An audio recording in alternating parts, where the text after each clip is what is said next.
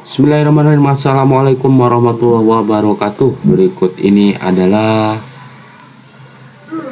cara bagaimana yaitu melaksanakan pengelolaan kinerja di PMM. Yang pertama sekali kita masuk di akun kita. Kita masuk di sini, misal saya ketikkan PMM saja. Kemudian klik platform Merdeka Mengajar. Nah, ini kalau sudah login, ini tampilannya seperti ini. Langsung kita pilih pengelolaan kinerja. Ini masuk di akun kepala sekolah. Nah, di sebelah kiri di sini ada menu di bawah beranda. Kepala sekolah ada dua fitur, yang satu sebagai pegawai dan yang satu sebagai pejabat penilai kinerja. Kalau pejabat penilai kinerja ini sudah diulas, sudah dibahas pada video-video sebelumnya sampai dengan ke penilaian guru ya. Kemudian kita masuk di sebagai pegawai. Ini untuk sebagai pegawai kepala sekolah. Di atas di sini ada pemberitahuan penting gitu ya. Penilaian kinerja tertunda. Data atasan Anda tidak dapat ditemukan. Anda tetap dapat melanjutkan pengelolaan kinerja, namun saat ini penilaian Anda tertunda. Mohon cek panduan untuk info selengkapnya. Kemudian di sini ada tim kerja, yaitu pengawas sekolah dan daerah dinas pendidikan. Ini pun tidak ada. Kita cek yang pertama, klik cek panduannya. Kenapa itu bisa terjadi ada pemberitaan seperti itu? Nah, di sini ada penilaian pelaksanaan kinerja kepala sekolah oleh pengawas sekolah. Ini yang disebut dengan tim kerja. Kita klik misal. Nah, di sini kita baca. Nah, di sini ada tentang penilaian pelaksanaan kinerja kepala sekolah oleh pengawas sekolah sebagai tim kerja. Saya klik di sini. Nah, penilaian pelaksanaan kinerja kepala sekolah ini sudah diperbarui 3 hari yang lalu, merupakan tahap akhir dalam rangkaian pengelolaan kinerja di platform Merdeka Mengajar. Pada tahap ini terdapat 3 pengguna pada pelaksanaan kinerja kepala sekolah di PMM. Nah, ini pihak-pihak yang terlibat: 1. Kepala sekolah sebagai pegawai, 2. Kepala dinas pendidikan sebagai PPK, pejabat penilai kinerja, yang berwenang dalam memantau dan membina kepala sekolah untuk meningkatkan kinerja sebagai pegawainya. Dan yang ketiga, pengawas sekolah sebagai anggota tim kerja, pejabat penilai kinerja yang ditetapkan oleh Kepala Dinas Pendidikan. Kepala Dinas Pendidikan dapat memberikan kewenangan kepada pengawas sekolah sebagai tim kerja untuk membantu melakukan evaluasi kinerja kepala sekolah. Nah, jadi itu pun bisa ya, karena sudah masuk dalam tim kerja. Sama halnya kepala sekolah jika menugaskan atau membentuk tim kerja.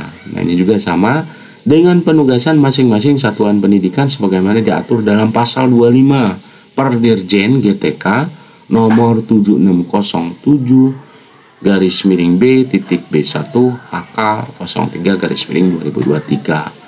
Dalam penilaian pelaksana kinerja pengawas sekolah yang ditunjuk oleh kepala dinas diharapkan dapat menjalankan 2 tahap penting.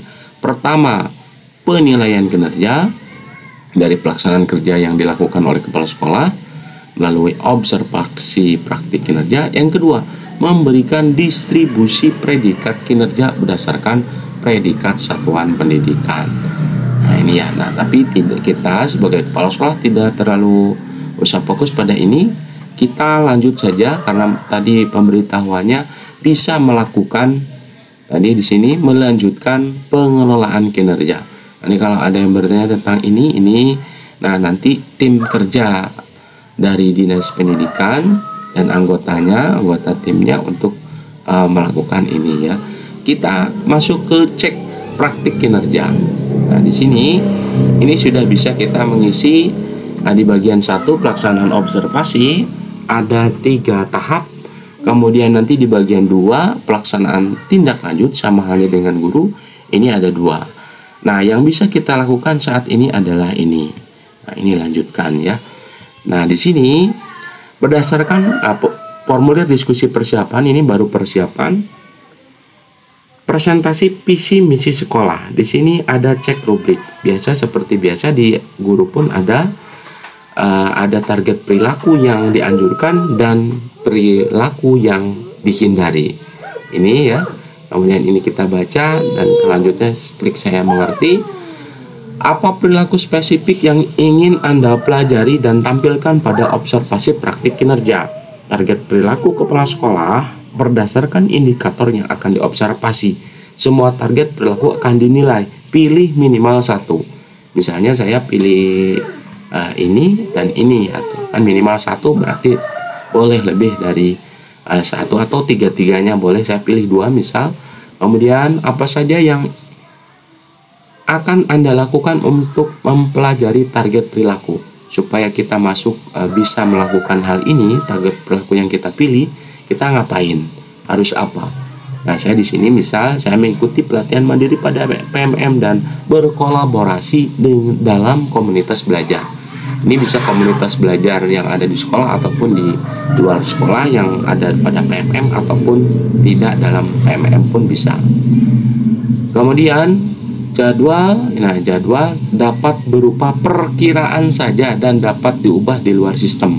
Ini perkiraan saya di sini. Kalau di luar sistem maksudnya bisa langsung didiskusikan dengan pengawasnya ataupun anggota tim PPK tadi kapan kita diobservasi. Tapi kalau untuk tertulis saya perkirakan di tanggal ini saja misalnya.